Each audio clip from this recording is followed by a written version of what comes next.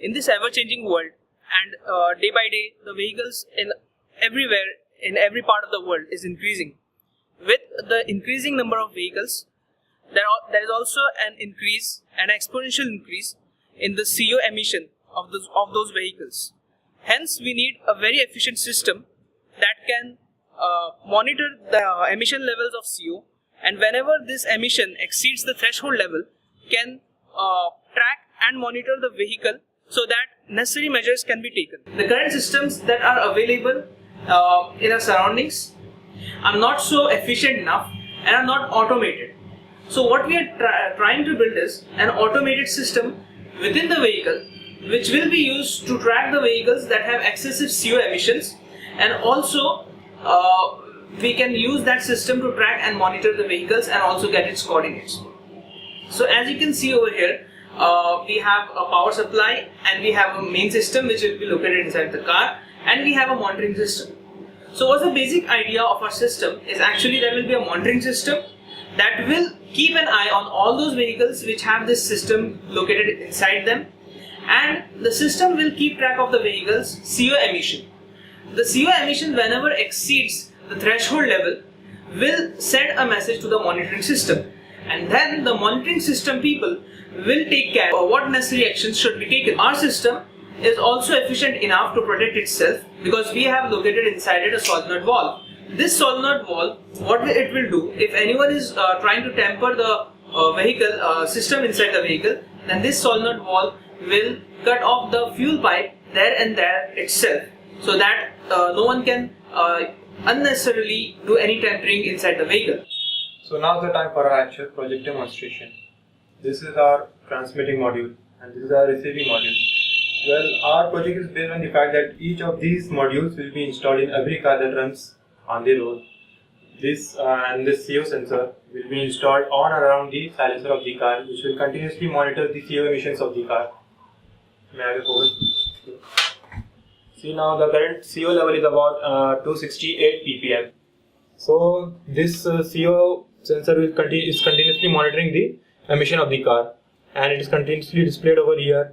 And when the CO level exceeds the threshold level, the current location of the car is obtained through this GPS receiver over here, and these coordinates are sent to the monitoring system through these GSM modules. We have used 80 commands in these GSM modules, which you can find in any SIMCOM data sheets that are available by the manufacturers. So once these coordinates are sent to the monitoring station, we have used another software called processing developed by two awesome guys at MIT University, and we have used this software to directly show the location of the car on Google Maps. So according to the EPA standards, the threshold level set for vehicles is about 2000 ppm, but obviously in this environment we are not going to get 2000 ppm. So for the sake of demonstration of our project, we have programmed our threshold level to be about 400 ppm. So now we are going to artificially manipulate the CO level in this room. We are going to artificially manipulate the CO emission in this room. Here we have a burning paper, and consider this to be the emission coming out of our car, and it goes through this CO sensor, and immediately the value keeps on rising. So see, it is about, well, it passed 400 ppm.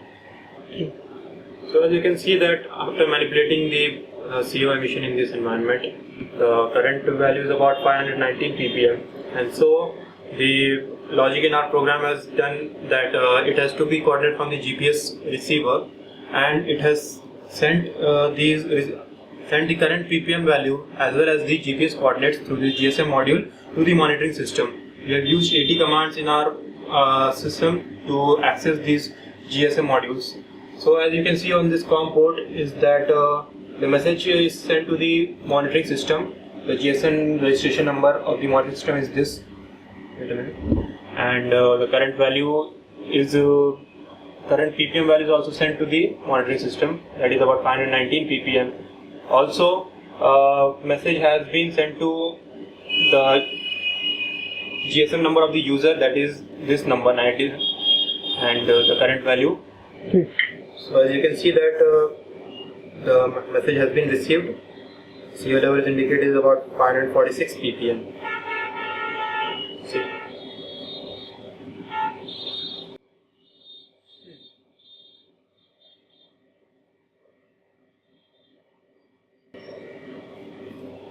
So once the coordinates have been sent to the monitoring system, this monitoring system sends these coordinates to the processing software, and automatically the Google Maps pops up and the current location of the vehicle is shown on the map. Here we can see that it is exact location is about Sane Guruji Marg RTO, Agripada West. And now the time for the icing on the cake. We have also added another feature to our car, to our module, which you can call as post car theft recovery mechanism. In case your car gets stolen, you can get the current location of your car by just sending a message through your smartphone. Here, let me show it. You have to just type location and send it to the GSM registration number of the car. Here, the message has been sent, and wait for a few seconds for the reply. Alright, now you can see that the coordinates have been received on our GSM mobile, on our smartphone. So the coordinate is given as 18.968 and 72.831. See this? Now all you have to do is enter these coordinates inside Google Map. Here, inside this search option, it is 18.976, comma 72.826.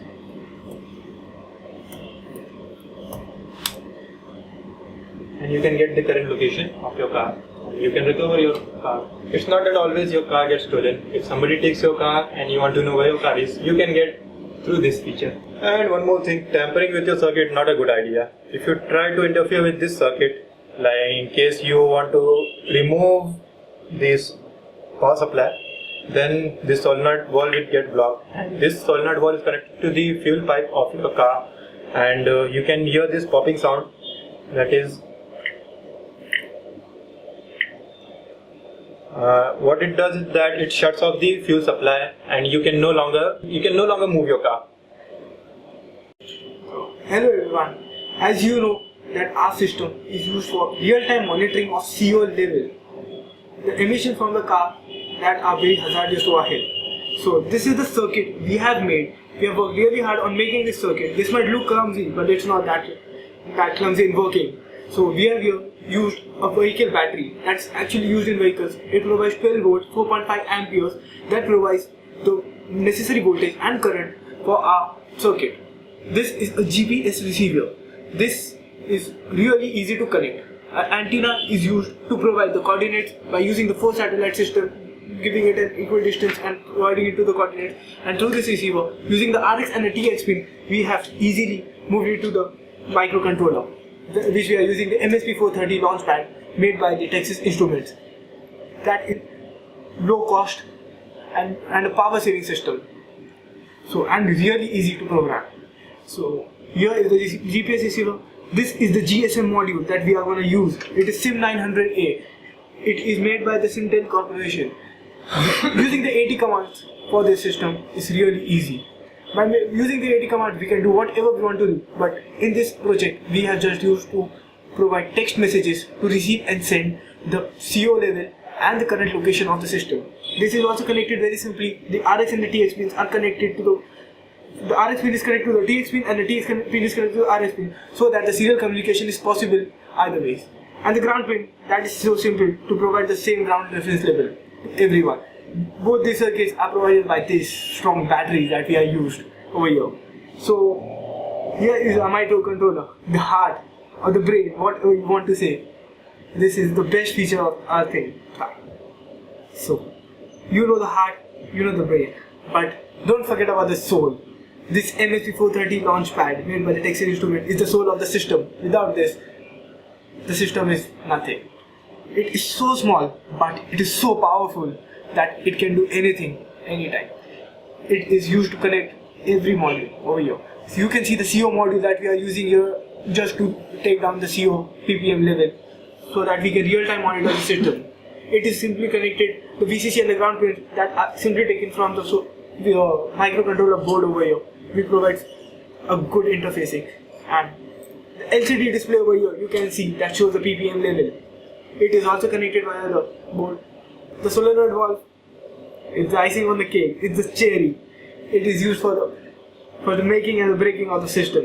We have used the IC 7805, the voltage regulator IC. 3 ICs simply. One for the controller, one for the module, and one for the LCD. That's it. It is that simple. Then we go to the monitoring system over here.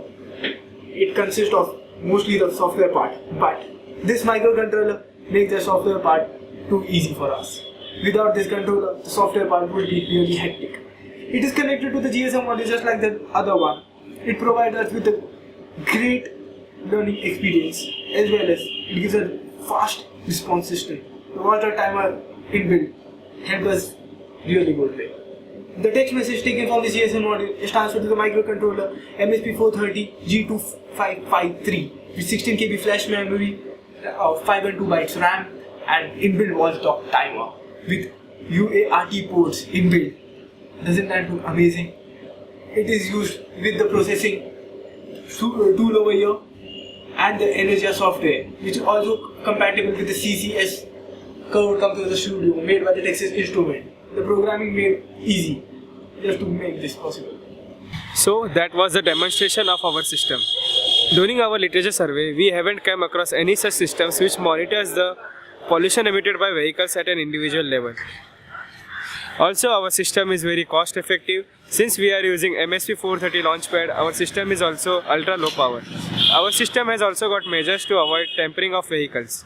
Our system is very dynamic. It has got very huge future scope and to enhance the functionality of our system. And our system is very dynamic. There is lot of scope of future development. We would like to thank Texas Instruments for providing us with the necessary equipments and components that helped us a lot in building up this system. Without the help of Texas Instruments, we would not be able to build up the system and demonstrate it in front of you. So thanks a lot to Texas Instruments. We would also like to extend our token of appreciation to our mentor, Professor Faiz Rangari, for assisting us in the entire process. We would love to thank M.H.Saboo, Siddik College of Engineering, for providing us with labs, necessary equipment. We would also love to thank the professors from other departments like the mechanical and the automobile who lend us support in making this project a successful one. Please do like our video, and obviously, thanks for watching. And share this video to each and everyone that you think that can learn something from this video or can like this video. Our friend Tejas Shinde from behind the camera want to thank you all for watching this video and have a nice day.